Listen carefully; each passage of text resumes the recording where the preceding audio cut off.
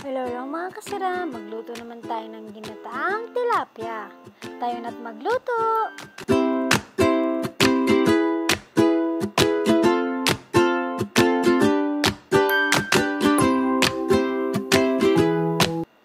Yan, bumili ako ng isang perasong tilapia, medyo malaki. Iprito muna natin para mas maganda.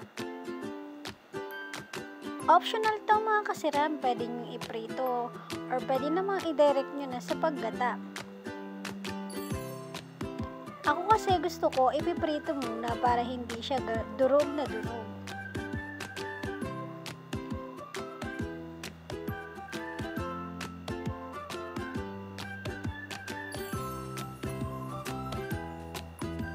Yan, ganyan ang gusto ko sa tilapia. Ready na tayo ng gata. Ilagay natin ang ating sibuyas. Yung gata na ito, yun yung pangalawang gata mga kasirap. Lagyan natin ng bawang. Kasi yung pinakaunang gata niya, ilalagay naman natin pag malapit ng maluto. Luya. Haluin muna natin.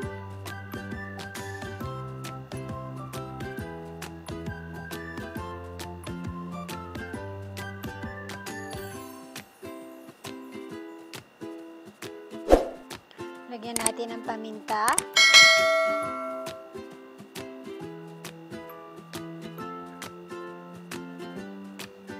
Konting asin.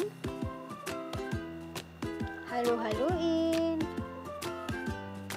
Haluin natin to mga kasiram para hindi mamuo yung gata. Hanggang sa kumulo. At kapag kumukulo na, ilagay na natin ang ating pritong tilapia.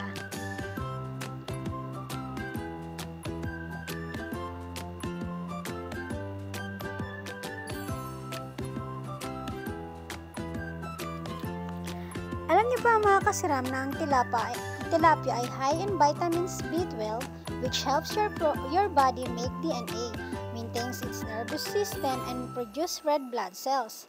It also low in fat, saturated fat, calories, carbohydrates, and sodium.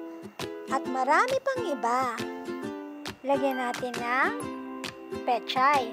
Depende sa inyo mga kasiram kung ano pa yung mga gusto nyo ilagay na gulay.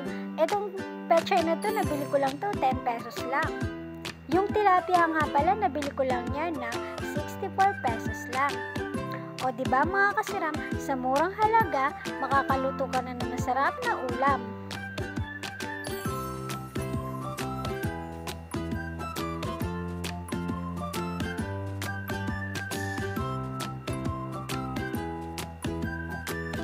Hintayin muna natin maluto ang ating pechay.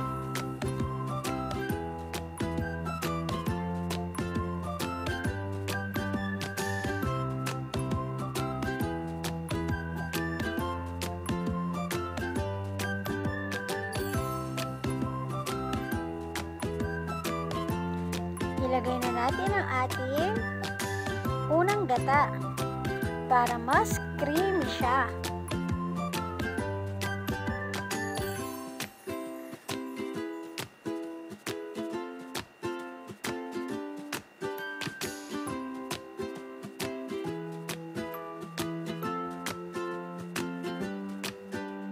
Ayan.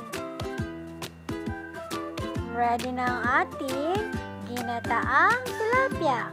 Ang sarap kumain, tayo na't kumain! Thank you for watching po! Don't forget to like, share, and subscribe.